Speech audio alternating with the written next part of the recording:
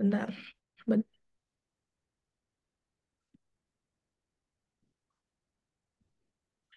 bentar ya, sabar. Kayak mana lagi nih? Pening kepalaku. Oke, nampak nggak guys? Jelas. Nampak. Nampak. Oke, hello guys, how are you? Baik ya, weh. Good. Oke, Pak Prabowo. Hari ini yang mau ku bahas entah kenapa padahal nggak ada koordinasi sama Kak Cika, tapi lagunya sesuai sama yang mau aku share hari ini. Yaitu adalah yang sering kali juga kita lupakan gitu loh.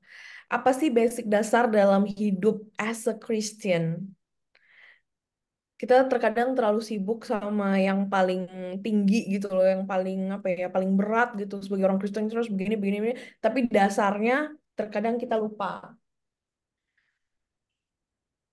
Yaitu jawabannya adalah to love. To love others, to love your neighbor, to love God, to love bad people, to love your friend, to love your spouse, and to love yourself. Karena Tuhan sendiri udah duluan mengasihi kita. Dan tertulis juga di Matthew 22 ayat 37, that loving God with all we are and loving people as ourselves fulfill. Bentar, ini ketutup ketutup inilah. Aku nggak bisa lihat. Bisa kakak yang baca, Kak Cika.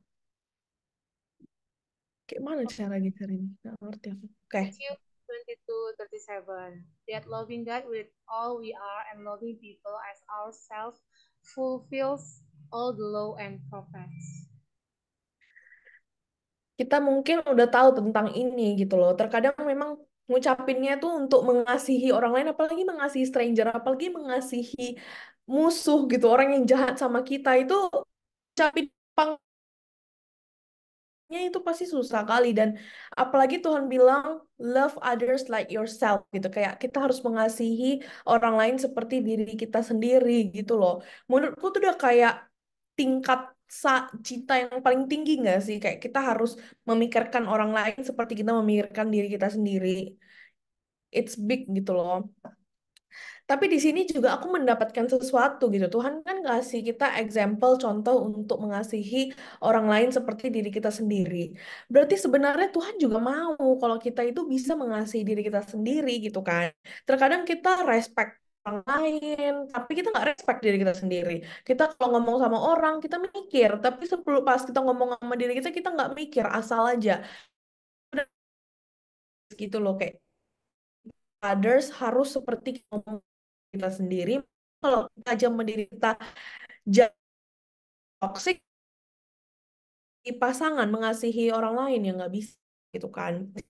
Dan kita sibuk sama lain sampai kita lupa sama what really matters, yaitu adalah to show the love versus sesama stranger again. To show, karena love is action. Jadi nggak bisa kita bilang sayang sayang tapi actionnya nggak ada.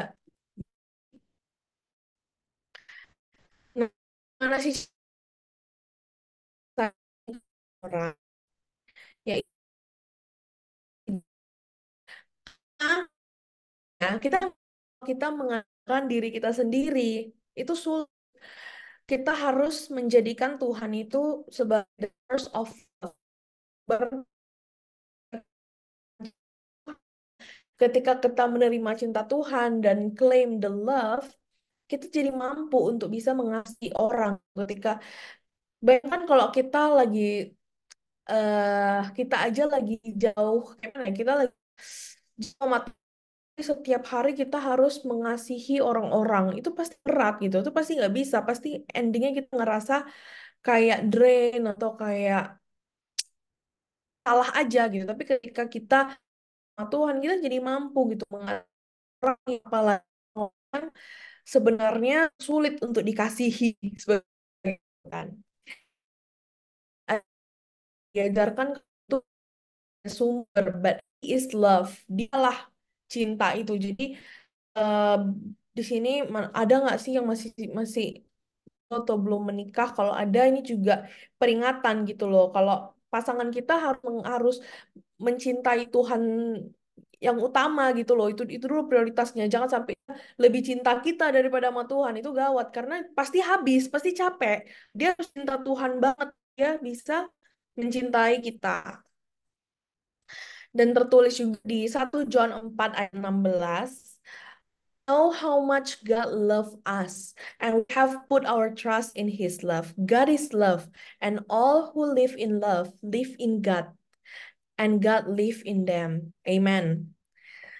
Jadi kalau misalnya kita able untuk mengasihi, kalau misalnya, maksudnya kalau misalnya kita able untuk mengutamakan Tuhan, pasti kita mampu untuk bisa mengasihi pasangan sesama diri orang lain. Dan yang penting itu adalah actionnya gitu loh. Kita harus have a deep, intimate lagi, bukan hanya connection. Mungkin kalau step pertama itu adalah koneksi. Tapi ketika sudah bangun koneksi, kita harus intim gitu loh. Sama seperti kita sama pasangan kita. Pertama PDKT, kan bangun koneksi nih.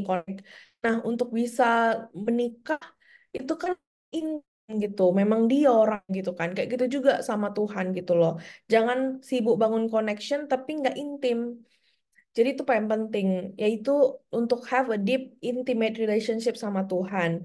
Dan melalui God's Word, dengan begini kita akan belajar untuk em, sama Tuhan itu jadi satu tim gitu loh. Kalau capek, recharge-nya sama Tuhan. Em, Ketika cinta kita penuh, kita juga jadi bisa show love to people gitu loh. Apalagi kita di gereja, em, kayak kita kan merepresent Tuhan di mana berada gitu kan. Mau di mana, jadi memang harus punya hubungan yang lah, ini dia.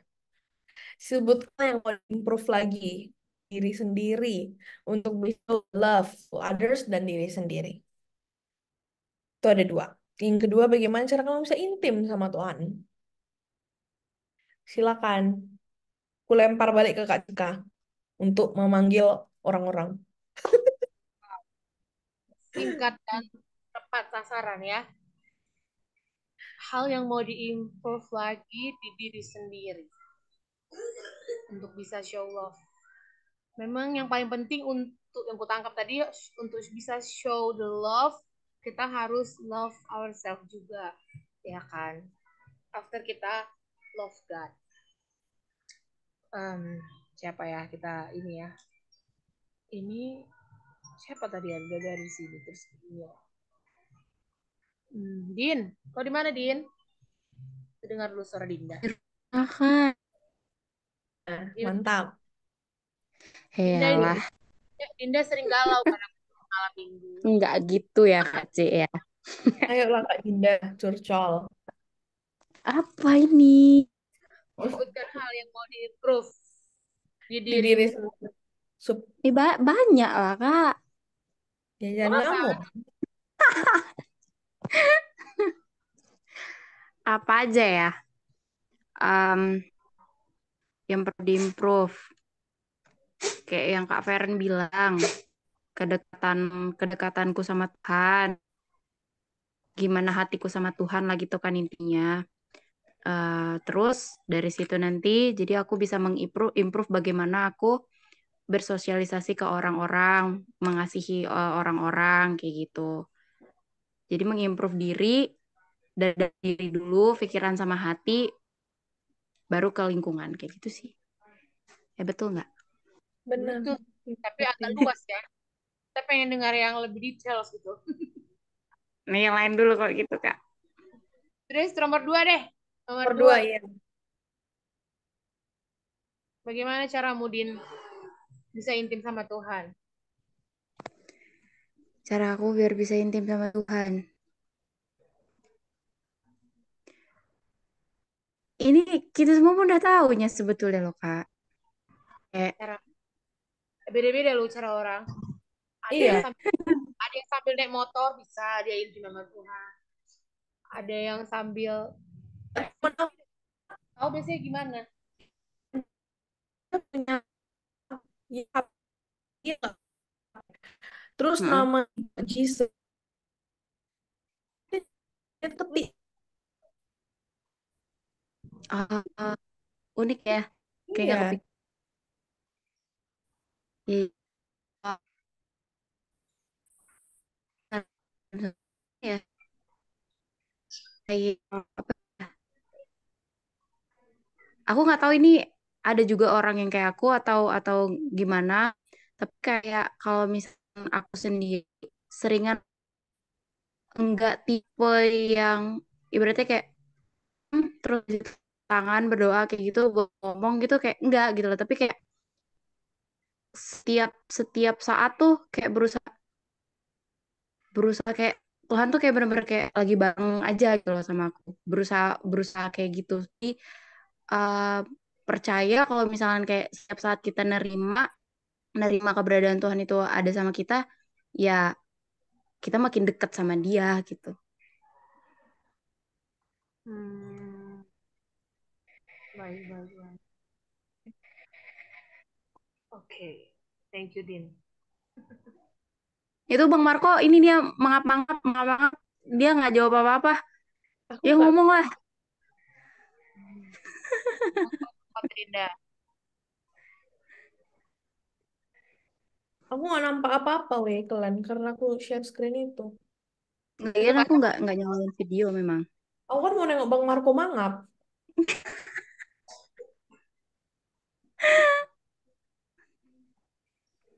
Pak Prabowo nggak jawab. kau kata Dinda, dia mau dengar Aku kau. lagi. Aku lagi. Kan dia tadi gue bilang, Dan gitu kak mukanya udah mau ngamuk itu kak. wah, dia memang mukanya aja muka muka seram, hatinya baik. Ih, terbanglah dia tuh. Baik kali lah dia. Nggak ada abang kayak dia di dunia ini. Satu Is, aja.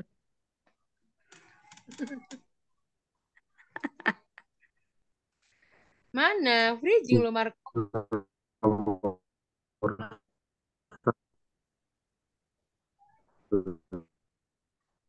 I cannot hear you. Nggak dengar. lagi di Goa kayaknya bang tuh. Nggak bisa dengar ya. Putus bang. Dia mute loh, woy, by the way. Ada suaranya kan? Terus siapa yang ngomong?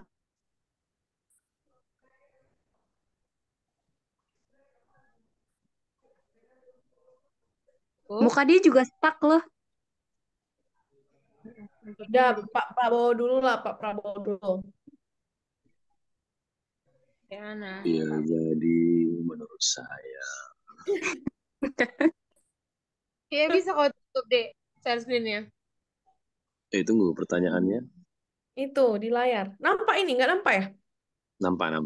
Oh, oke. Sebutkan hal yang mau diimprove lagi dari diri sendiri untuk bisa show the love. Iya, jadi kalau pengalaman, kalau kita mau show the love sama orang, ya yang pertama ya kita harus mencintai diri kita sendiri dulu ya. Jadi tidak mungkin kita bisa mencintai orang lain sementara kita tidak mencintai diri kita sendiri. Nah, yang kemudian ya yang pasti jauh-jauh lah kita show the love itu ke keluarga kita dulu yang paling pertama. Kalau yang ya pasangan ke pasangan, suami istri. Kalau anak ya ke orang tua. Artinya supaya yang orang yang setiap hari kita jumpai itu merasakan juga perubahan-perubahan kita. Isyanu sejak rajin ibadah jadi rajin ya di rumah ya biasanya nggak pernah nyapu jadi mau nyapu gitu ya. Nah artinya ya itu hal-hal kecil ya karena saya dulu juga pelayanan saking sibuknya pelayanan di rumah nggak ada kerjaan gitu jadi berantakan lah istilah pagi harus pergi nanti pulang malam setiap hari gitu justru orang tua saya jadi marah gitu artinya kok makin ikut pelayanan kok makin nggak beraturan gitu dan di situ saya mulai belajar ternyata melayani itu dari keluarga duluan. Jadi itu sih mau show the love. Yang mau saya improve sih sebenarnya kalau untuk saat ini mungkin apa ya, lebih banyak waktu lah buat keluarga, karena sekarang keluhan keluarga saya itu waktu saya kurang di rumah. Ya mungkin karena saya luar kota, nanti di beda kegiatan. Jadi mau diimprove itu bisa waktu bersama lah. Bagaimana nomor dua, bagaimana cara kamu untuk bisa intim sama Tuhan? Ya saya rasa intim dengan seseorang itu ya perlu komunikasi ya. Artinya ya komunikasi dengan Tuhan itu kan nggak kelihatan. Jadi gimana komunikasinya? Ya melalui firman, melalui doa, dengar-dengar lagu rohani, ya kayak tadi kita sharing, fair juga sharing, itu sebenarnya semua itu sebenarnya memperintim kita dengan Tuhan. Artinya kita bisa lebih peka. Artinya kita bisa lebih peka, bisa lebih ngerasain hadiratnya Tuhan, dan tanpa kita sadari kita juga bisa memberkati orang itu. Jadi kalau menurut aku sih untuk bisa intim itu komunikasi, ya melalui doa, melalui ini apa firman. Karena aku beberapa minggu ini juga diingatkan bahwa apa namanya ya, ayat firman Tuhan itu iman timbul dari pendengaran, dan itu pendengaran akan firman Tuhan gitu. Jadi kalau kita mau beriman sebenarnya sering-sering dengar aja firman Tuhan. Udah gak itu aja. Biasanya kan kita kan punya waktu 24 jam, sehari juga belum tentu dengar firman Tuhan kan. Makanya iman kita juga masih belum ada sebiji sesawi katanya. Kalau udah ada biji sesawi, mungkin gunung bisa kita pindahin. Mungkin kita bisa bernubuat ya, bikin KKR. Cuman karena belum belum fokus sama Tuhan, dan belum belum apa ya,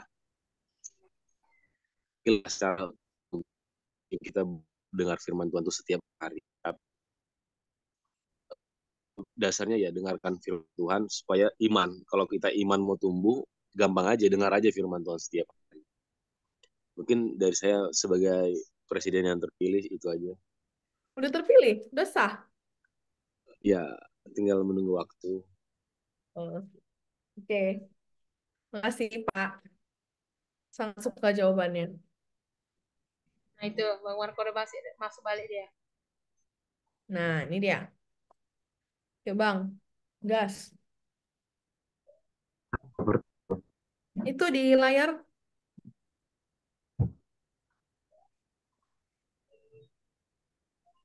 Kalau yang nomor satu yang paling penting sebenarnya hati kalian sendiri sebenarnya. Apa yang mau diimprove, nggak perlu ada improve yang lain-lain. Selama kalian sudah menyadari bahwa kalian melakukan bagian kalian dan kalian menyelesaikan bagian kalian yang menurut kalian itu sudah memang menjadi bagian kalian. Yang paling yang intinya paling sering gagal dan membuat orang orang tidak berhasil mencapai yang menurutnya apa Tuhan mau, ya hati sebenarnya. Bahwa nggak usah munafik, kita semua selalu mengharapkan respon balik ketika kita berbuat baik, ketika kita berbuat benar, terus respon orang atau imbalannya adalah hal-hal yang baik dan hal-hal yang benar yang harus kita terima. Nggak usah munafik, kita pun manusia gitu. Tapi yang mau ku share adalah coba coba berkaca lagi kita satu sama lain gitu. Apakah kita sudah seluas itu hati dan beriman terhadap terhadap orang-orang atau terhadap hal-hal yang sudah kita kerjakan. Apakah kita mengerjakannya karena untuk Tuhan memang atau dengan maksud lain. Yang perlu diimprove bukan diimprove sih sebenarnya. Perbaiki. Hanya di ya diperbaiki cara penerimaannya, cara melihat atau cara sudut pandangnya, terus memperbesar hati supaya itu nggak usah berharap apapun dengan apa yang berbuat gitu. Itu maupun hal yang benar sekalipun, itu menurutku itu yang selalu buat orang gagal. Nah, kalau cara untuk mencoba, aku selalu untuk melawan arus.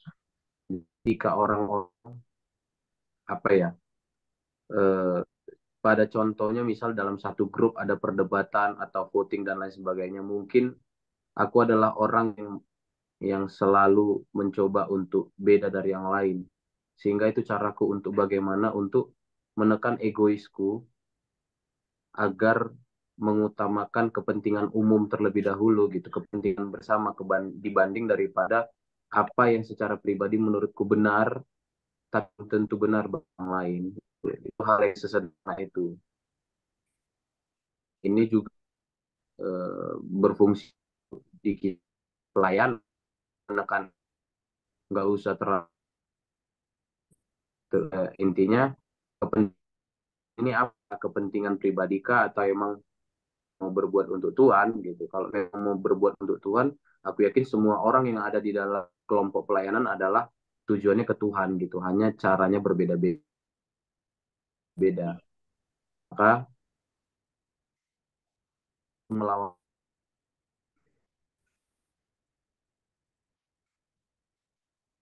melawan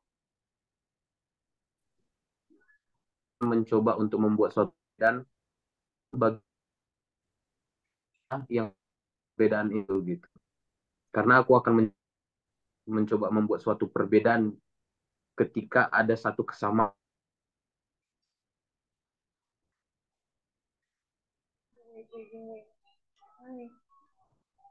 dari itu. Ngerti nggak bahasaku? Agak berat.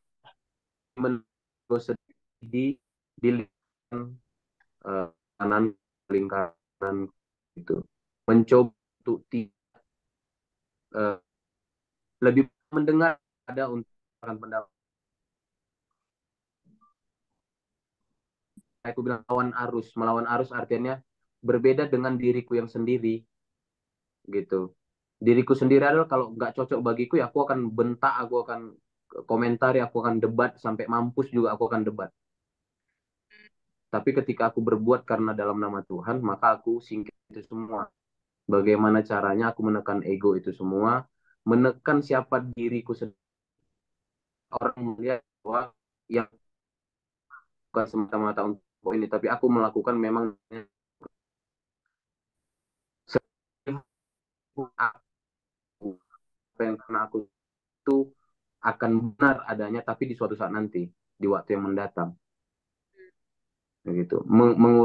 Mengurangi intensitas untuk berdebat gitu kan ya, karena kenapa debat itu dalam dunia sehari-hari itu baik karena kita akan jauh lebih mengenal siapa lawan bicara kita, tapi dalam dunia pelayanan debat itu kadang-kadang banyak orang tidak menyangka itu adalah jalan untuk menuju ke pertikaian bagi orang-orang yang tidak memahami arti debat itu sendiri gitu, apalagi orang-orang yang belum hatinya cukup dewasa gitu maksudku.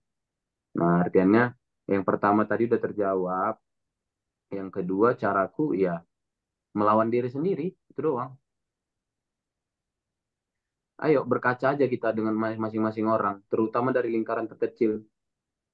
Mungkin kalau kalau di luaran di tempat tongkrongan jarang kita seperti itu. Gereja itu adalah tempat di mana orang-orang yang akhirnya ketipu dengan kabar bahwa gereja itu adalah tempat orang-orang baik dan segala macamnya. Maka ketika di gereja kita diuji kan, ketika seseorang yang kita secara mata kita oh dia kayaknya baik karena dia sebagai greeter dia bagaimana auranya melayani jemaat dan lain sebagainya macam. Tapi ketika timbul suatu permasalahan dalam suatu lingkaran kesatuan pelayanan, nah, kadang-kadang orang akan terkecoh di situ. Maka di situ kita akan melihat contohnya bagaimana yang bisa kita ambil untuk diri kita sendiri. Gitu. Jujur aku di IC bisa Kak Cika jadi saksi di beberapa kali kami pelayanan di IC aku ini orang yang berbeda, jujur. Aku lebih lebih banyak diam, mengalah dan ngikut karena aku memang pengen menekan keegoisanku. Bukan karena demi mendapat perhatian orang, tapi karena aku sadar yang kulakukan untuk Tuhan. Maka aku harus bisa pikul salibnya. Dengan apa? Ya udah, di dalam tim bukan egomu yang mau dilihat, Ya mungkin secara kasat mata aku lebih jago daripada dia main musik. Tapi kenapa aku nggak didengar? Enggak, bukan itu permasalahannya. Tapi bagaimana kau coba mendengar apa keinginan teman-temanmu, kawan-kawan sepelayanan. Eh, Kalau memang lebih apa, kalau kamu bisa lebih mengalah, lebih menerima apa yang mereka inginkan, why not gitu. Demi untuk mendapatkan satu kedamaian kan di dalam tim. Hmm. Tapi bukan berarti tidak bisa berbicara, bisa silakan. Tapi kalau pada akhirnya memang idemu tidak terpakai, ya sudah, nggak apa-apa. Nah, itu maksudku. Poin-poin keduanya adalah coba menekan egois. Sehingga kau bisa Nah, Tuhan ya. iya, ya egosentrismu tekan karena intinya kau melakukan ini untuk Tuhan, bukan untuk orangnya. That's it. Jadi kalau nggak mampu dengan hal itu, lebih baik uh, jangan jangan berbicara bahwa kita sudah melakukan bagian kita sudah baik dan segala macam. No, jangan berbicara hal itu karena tidak sekecil itu hal yang mau kita bicarakan. Gitu. Yang nomor satu tadi udah terjawab ya. Nomor dua, aku menekan keegoisan. Yang pertama tadi, perbesar hatimu supaya segala sesuatu. Uh, oh, tambahan, perbesar hatimu, kurangi ekspektasimu. Nah, gitu. Mudah kan? Hanya itu dong. Jadi kalau dua hal tadi di nomor satu, kurangi ekspektasi, perbesar hatimu. Kalau digabungkan menjadi satu, hanya satu kata, ikhlas. Selesai. Ikhlas. Belajar untuk ikhlas, ikhlas, dan ikhlas setiap hari. Mau sama siapa? Mau sama orang yang nggak kau kenal, mau orang yang sama kau kenal, mau sama atasanmu dalam pekerjaan, ikhlas. Selesai. Hmm. Ketika kau mampu melakukan ikhlas dengan sempurna, bukan cuma hidupmu damai, tubuhmu sehat. Mulai dari otak, ujung rambut, sampai ujung kaki, semua sehat. Percaya sama aku. Lakukan segala sesuatu dengan ikhlas. Itu ya. Ya, jadi humble sih ya menurutku ya. Jadi apa? Yang mau diimprove itu salah satunya memang itu sih penting juga sih. Karena kalau kita semakin humble, maka kasih Tuhan itu semakin gampang terlihat. Setuju ya? Kalau kita orang yang gampang marah, terus ditolak dikit idenya marah gitu. Terus kalau ditegur dikit merajuk dan lain-lain. How we can show love? Karena kan kasih Tuhan itu mengasihi kita tanpa syarat. Jadi sekalipun orang tidak membalas mengasihi kita, atau sekalipun orang tidak sesuai dengan ekspektasi kita kan tetap mengasihi mereka dong kan. Gitu. Tapi itu paling susah, emang gampang kali ngomongnya ya kan. Tapi itu yang paling susah karena manusia kadang-kadang apa ya, egonya ini agak siapa lu gitu. Aku nggak perlu kau loh, kok kau kayak gitu kali gitu gitulah yang kayak gitu gitu. Jadi dengan kita bisa mengerti apa itu humble, jadi kita lebih ikhlas sekalipun menghadapi ketidakadilan kita bisa tetap senyum. Saat kita misalnya kita udah capek ngerjain ini, tiba-tiba rupanya bukan kita yang dapat penghargaan, rupanya orang lain, iya nggak apa-apa gitu. Karena kan kita ngelakuinnya bukan untuk manusia gitu. Tuhan aja mau disalibkan untuk kita, dia dihina-hina dulu. Dia nggak ngelawan juga kan gitu. Jadi contohnya udah ada lah di Tuhan Yesus itu sendiri. Jadi emang ini poin paling penting. Mungkin gampang kita bilang mengasihi, mengasihi. Pada saat kita belajar mengasihi diri sendiri, artinya kita juga mau memperbaiki diri kita. Makanya jangan ngaku kita mengikut Tuhan Yesus kalau kita nggak ada yang berubah dalam karakter. Karena kalau kita ngikut Tuhan, otomatis kita mau dirubah menjadi lebih baik, menjadi sesuai dengan apa yang Tuhan mau. Jadi menurutku kita semua pasti harus mau diimprove dari segi kerendahan hati gitu. Karena kunci kita tuh diberkati taat. Apa kata Tuhan? Taat. Taat sama otoritas, taat sama bos di kantor, taat sama orang tua, taat sama